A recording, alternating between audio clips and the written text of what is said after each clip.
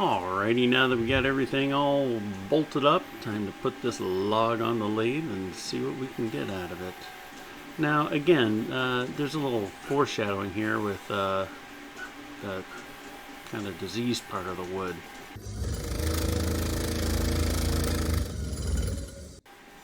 I always like giving the log a good couple of test turns, just make sure it doesn't fly off the lathe, call them crazy. But anyway, so now all we're going to do here is use the old rucking gauge and start whittling away. This is, I don't know, kind of the fun part in a way, in that, you're really taking off all the big chunks here, big chunks there, and we're just trying to get this thing down to a nice round shape. Working it back and forth, and see what kind of wood shows up underneath the wood that you were taking out of there. I don't know.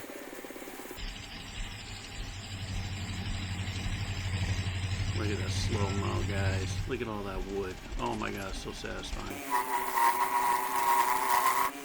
Better and cheaper than therapy.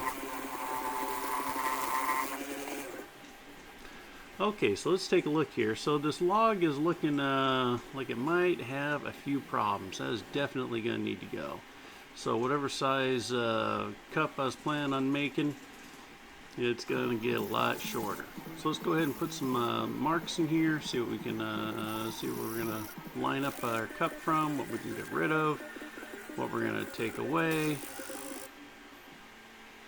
This is impressive measuring right here. I mean, that can't be taught, Okay, so as I was drilling this in, I was just noticing it was like going like almost too easy, if you will. Just push this bit right in there. And I'm going to part it out and get this little cookie out. And so I took one cookie off and I was like, nah, that's not enough. So I took the second one off to see how we're looking inside, and it's still looking pretty bad. And so I'm drilling out a little bit more in the middle, and I'm going to take off another slice of the cookie here. Cup's getting shorter by the minute. And so I went ahead and parted out this one, see how we're looking with the disease part of it. Oh no, wait, I'm not doing that. No, I'm using this as the bottom part. That's what I'm doing. And I use the calipers because you got to get it down to a certain size so it'll fit in the clamp as you turn it around. You see? Now it fits. So let me put the chuck in there, the jaws. Tighten that puppy right on down. Make it nice and tight, ain't going anywhere. Okay, so now we're going to do some final shaping of the cup, because once you turn it around, it'll never spin true again. So you have to, almost start over. But so we're just trying to go for a nice outside shape. See how it's looking here. Because the bottom of the cup is now against the chuck, and the top of the cup is against the spindle. Is that called the spindle? I'm not sure what that's called.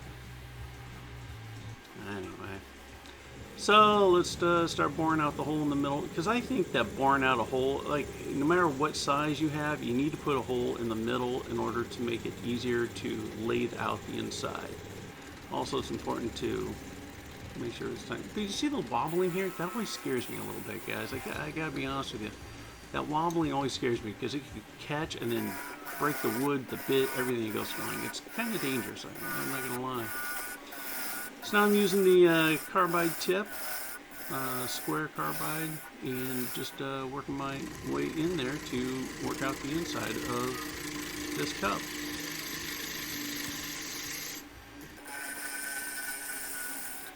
This is one of those things where you just gotta really just, take your time. Don't make the cuts too big, because the further in you get, really I need a different rest so that I can put the rest inside the cup.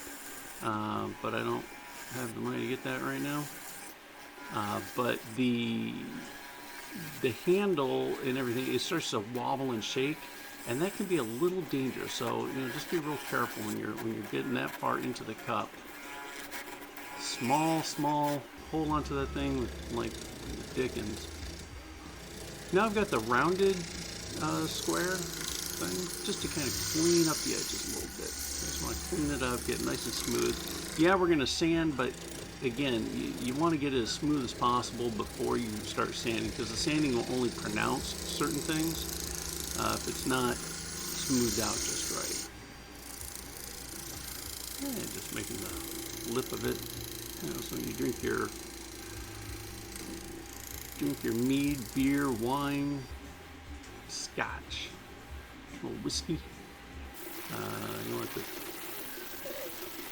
go right down the old hatch. Okay, so now we're just going to work our way through the grits. I started in 80, and I spend the most amount of time with the 80. I go up to a 120, and then a 220, and then 320. And then on the inside, same thing, but just a more flexible thing. In case you want to see what the top of my head looks like, but you got to inspect things just right. Look at that. You know, come on, we're artists here. We're craftsmen. You got to inspect stuff.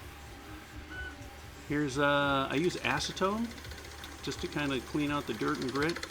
And so here, this stuff is called PPP Hut.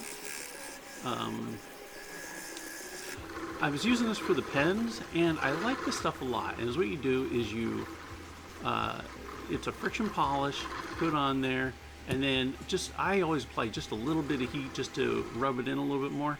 And then you use a good clean towel. I'm using this terry cloth towel.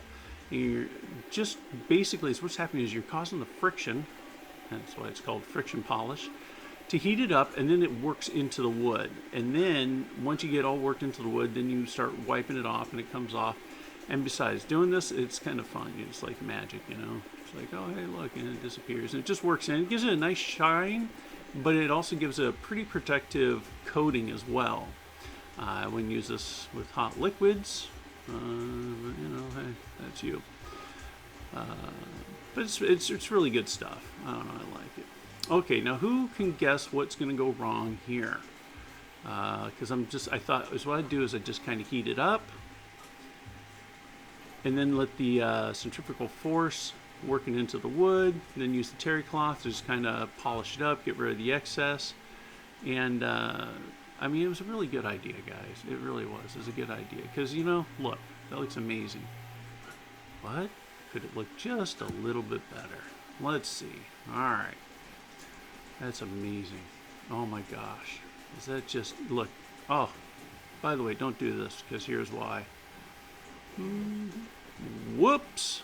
Went a little too deep there with like the dwarves. I dug too deep and grittily and unearthed the ball rod.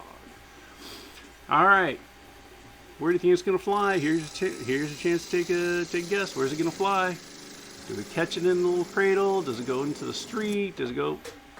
there it went. All right, everybody. Now here's what the bottom look with the... you can see where it burned, and it burned just the disease part. But the rest of it looks pretty good, pretty solid.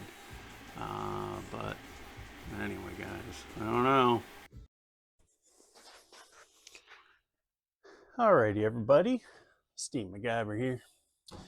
Alright, so let's have a talk about this latest cup here. So this wood, it was diseased in the middle. And the cool thing about having the diseased wood is it usually creates some pretty cool spalting in here, like this stuff. However, and I knew it was going to be a possible bust here on this, but this other rotted wood is just kind of like pulpy. It goes through, and then there's the vein that goes through the bottom up to the side. And so, long story short, I tried doing a few things to kind of fill it this now. So I used a different coating. I really like this stuff. This is the PPP Hut stuff. It's kind of like a friction polish that kind of heats up, and then you work it into the wood, and then it cools down, dries, and it's pretty cool. But I like the cup design. It's a pretty cool cup. But unfortunately, this cup is a bust. It's a bust. The disease part of the wood going through kind of messed it up. So that's it. But I like it. It looks cool, but not well. So anyway, well, that happens, It's free wood, so what are you going to do? I don't know. Make this into like a pen holder. So I'm going to make it into a pen holder. Alrighty, well, on to the next one. I'd also like to remind everyone that I am an unemployed 50-something-year-old guy. So if you want to click like and subscribe, I could really use it. Share it with your friends. Tell everyone about it. And then I have a Patreon that I set up. Patreon Steve MacGyver. If you get like $5, just burn a hole in your pocket, and you're like, let's help the poor guy out. You can do that. That's about it. All right. Have fun.